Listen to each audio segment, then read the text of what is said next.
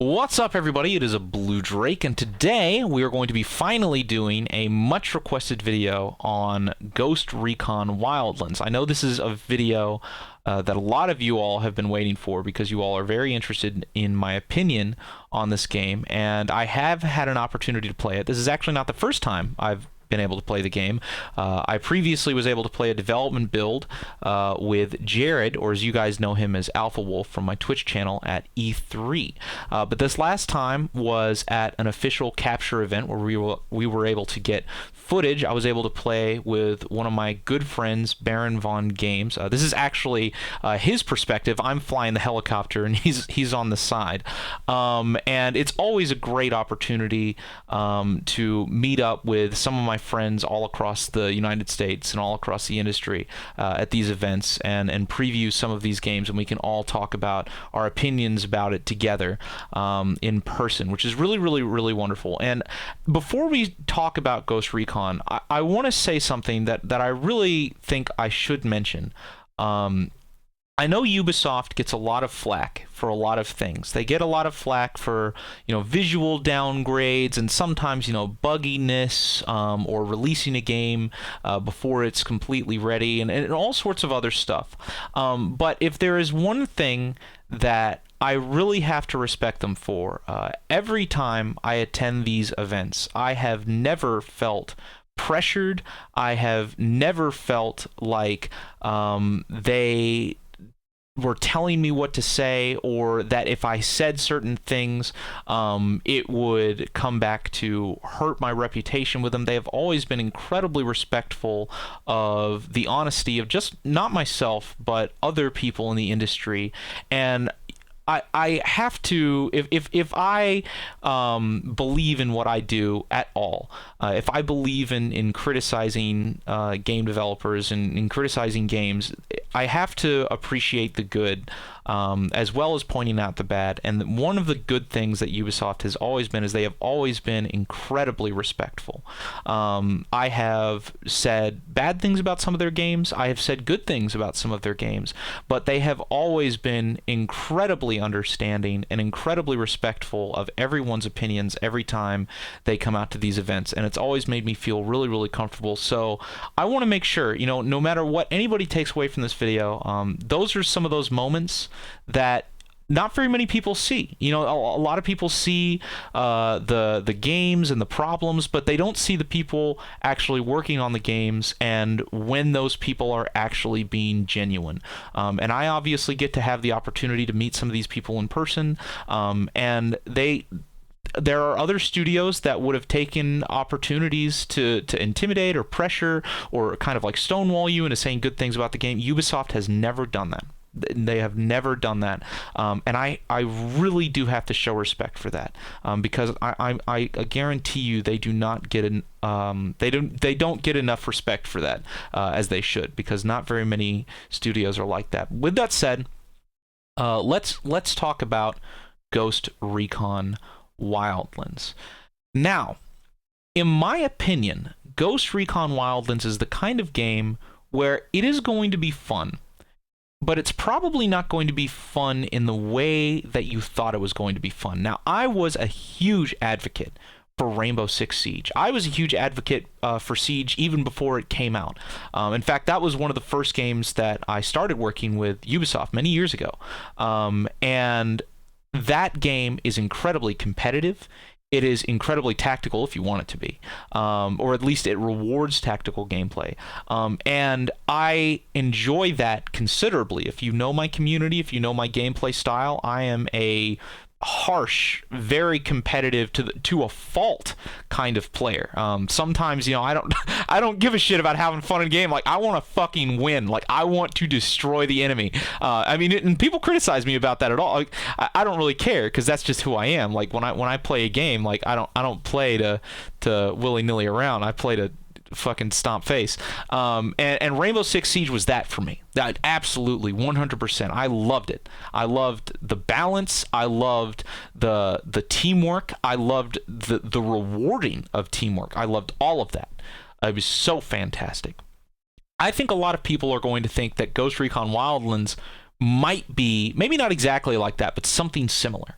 It might be a game that is still very tactical and very, like operator-esque. And in my experience playing this game, it is one of those games where it's kind of like Grand Theft Auto 5. In Grand Theft Auto 5, I mean, if you want to play the game seriously, yeah, you can. I mean, you can drive. You can drive and stop at every red light, and be, but Grand Theft Auto isn't meant for that. Grand Theft Auto is meant for you to do whatever the fuck you want and play with a whole bunch of toys and go goddamn insane. And playing I almost said Grand Theft Auto Wildlands. What the fuck? Playing Ghost Recon Wildlands, we noticed that we were going insane and goofing off and having a fun as hell time goofing off, more than we thought we were. Which was hilarious, because I went into this and I was like, okay, this is going to be like serious. This is going to be like, Siege. Like, even at E3, I kind of played it that way. I was a sniper, and I guess you can play it that way if you want. But at this last event, it kind of came through to me. This game does have a few problems. It has its bugs, but the funny part is the few bugs that we encountered were hilarious. In fact, I was there with Nate, with some of the Battlefield friend guys, who are actually fantastic people, wonderful guys, and they were, I sound like Donald Trump, absolutely fantastic. But they were sitting there telling me how wonderful this game is going to be for them, because it's hilarious. The things that they were doing, like they've got 4 operator style people just falling over their faces, acting like complete idiots, just fucking up everywhere, and it was hilarious. And some of the bugs even added to that, where it just made it even more hilarious. And I think that's one of those things where I don't really know what the reception of Ghost Recon Wildlands is going to be. A lot of people are probably going to focus, oh yeah, it's going to be downgraded and stuff like that. I'm not that much of a visuals person. I'm not much of a graphics person, so that doesn't really matter as much to me. Is that the case? Maybe. I have no idea. Maybe it's getting visually downgraded. I'm fucking colorblind, so I don't know maybe that's one of the reasons I don't care about visuals. I can't tell half the time. But from a gameplay standpoint, I think this is going to be one of those games that you're going to get in with four of your friends, and you're going to just romp around and have a good time goofing the fuck off. Now, I was not a big fan of The Division. I was very vocal about not being a big fan of The Division. And going back to Ubisoft was very respectful of that, and I appreciate that so much. And actually, I kind of hope that my criticism of The Division lends credence to when I say, other games of theirs are actually fun in different ways. Ghost Recon Wildlands plays nothing like The Division. It's completely different. The Division was, and many people would say intentionally, very much an RPG. Very much bullet spongy, very, very grindy. Wildlands is nothing like that. Wildlands isn't even really much like Watch Dogs, honestly. It's completely open.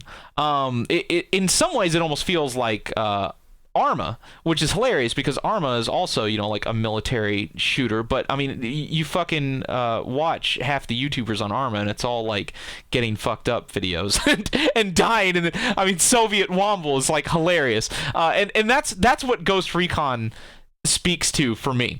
Like, when I could see Soviet Womble playing the shit out of this game and having some goddamn hilarious moments, like absolutely hilarious. But at the same time, I can also see you, if you did want to get a group of 4 people and actually play this game seriously, I think you could pull off some pretty cool shit. I did that at the E3 event. I did not do this here with Baron. Me and Baron, like, I love Baron. I love hanging out with Baron, but it's not. We could never be in a PR squad together. I don't even try to play that way whenever I play with anybody outside of like my community and stuff like that. But it was all hilarity. But I could very easily see, if you had 3 friends that you would take this seriously, really getting your skill down and pulling off some really cool shit in order to play the game and get kind of like that operator feel of just getting like a high score on a a operation where you just nail it all perfectly.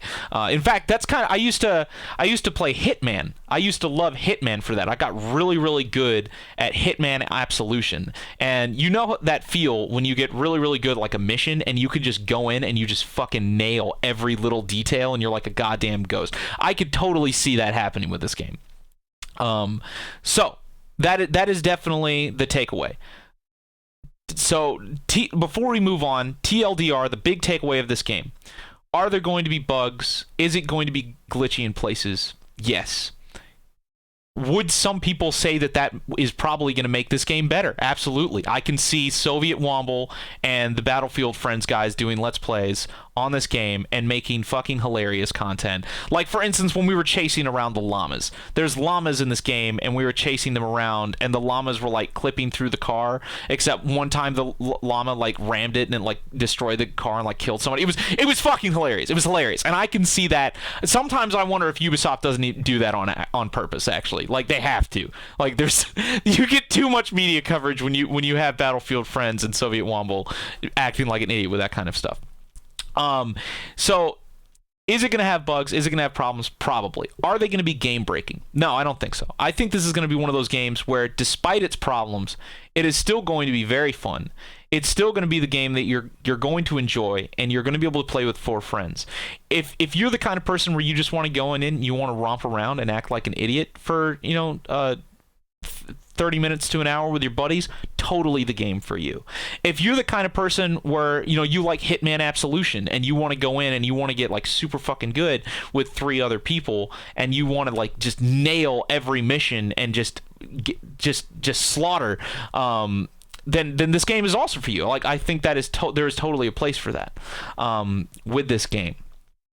Now, with that said, I mean, let's I've sung the praises of this game that I think need to be sung. Let's talk about some of the things that I wasn't so fond of. There were a couple of like design things that just drove me nuts. Now, a big takeaway actually is I have only played this game on Xbox or PS4, whatever the hell, on console. I am not a console gamer. I don't know what the hell, like, I know how to use a console. Like, obviously, like, I've played console games in the past, and hell, I owned a PS2 and I got super good at Killzone. But I have never wanted to play a console. Like, there has never been a game where I've played on console and been like, man, I don't want to play this on anything else other than a console, other than like driving games. But first-person shooters, fuck that. Like, I cannot stand first-person shooters or even third-person shooters with a console. Well, actually, to be honest, For Honor. I mean, For Honor plays great with a console. I'm not sure if that really counts because it's not a shooter. Now, a couple of the things that I did not like about Ghost Recon Wildlands that might be alleviated when I play with a mouse and keyboard. If you notice, watching this gameplay, you switch between first-person view, iron sights, like this, and third-person view. So when you were not in iron sights, you're in third person. That fucked my brain real hard. In fact, I had trouble with that. It was like giving me fucking vertigo. Because I'm the kind of guy where it's like, if you're going to be third person, just stay in third person. If you're going to be first person, be first person. Don't fuck around with this weird, like, zooming in and out. Like, you're going to make me motion sick. I swear to God. I was having trouble with that. That might be alleviated when I play on keyboard. But to be honest, I was even talking with the Battlefield Friend guys, and they were saying, like, oh my gosh, I wish this would just be first person. Like, if you're going to go first person, just go first person. Let's not beat around the bush here. This is driving me crazy. That and the thing is there's not even a middle ground. For instance, in Sniper Elite. In Sniper Elite, I kind of like Sniper Elite because you can kind of like halfway hold down the trigger, and you can kind of go into this like aiming mode that isn't full on iron sight, but you can kind of like get your crosshair a little bit more narrow and you can get a shot. This has none of that. You are either 100% in iron sights or you are hip firing, just straight hip firing.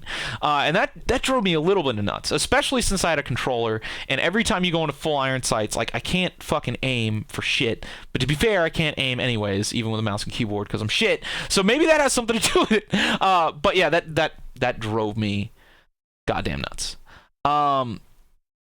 A couple other things about the game. This is one of those games, Ghost Recon Wildlands. This is one of those games where it is kind of, I don't know if they have more hard difficulties than what we had. They might. In fact, this is one of those things that I'm going to say, and I'm going to have to wait for the game to come out fully.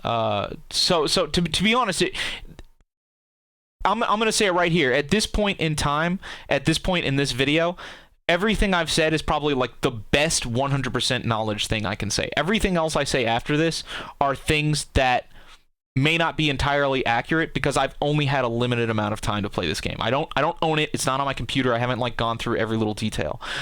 One thing that I was kind of frustrated with, that I get frustrated with a lot of games about this, is even like on the hardest difficulty, you're still kind of a fucking juggernaut. Like, you can kill a shit ton of people and you can do a lot. Like, there is a whole bunch of heads-up display that even on the hardest difficulty, like, you can see where everybody is. Granted, you have to like mark them with drones and stuff like that, but you are so much more powerful than anybody else that it kind of takes out the challenge factor. Now, I don't know if there's like more hardcore elite modes, or if we were only playing like the beginning of the mission, so maybe it gets harder. To be honest, even if that was the case, you all know how much I hate HUD. I just hate HUD. I don't like heads-up displays. They drive me nuts. You might be able to disable that. I don't know. But at the same time, I get kind of frustrated with having HUD be optional, because then if people decide to use it, they have an advantage. But since this is a co-op game and not a competitive game, that maybe doesn't matter as much.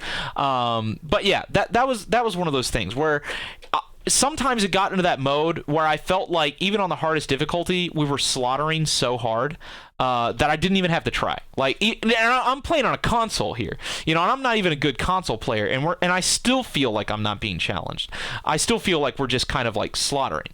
And the irony actually is there were some times when I didn't feel like I was challenged, and then there were some times when the enemy was just given like way too much. For instance, when we first started playing this game, we went into a base and we're like, okay, even if we fuck this base up, we should be able to. This is just like a small outpost. This shouldn't be a big problem.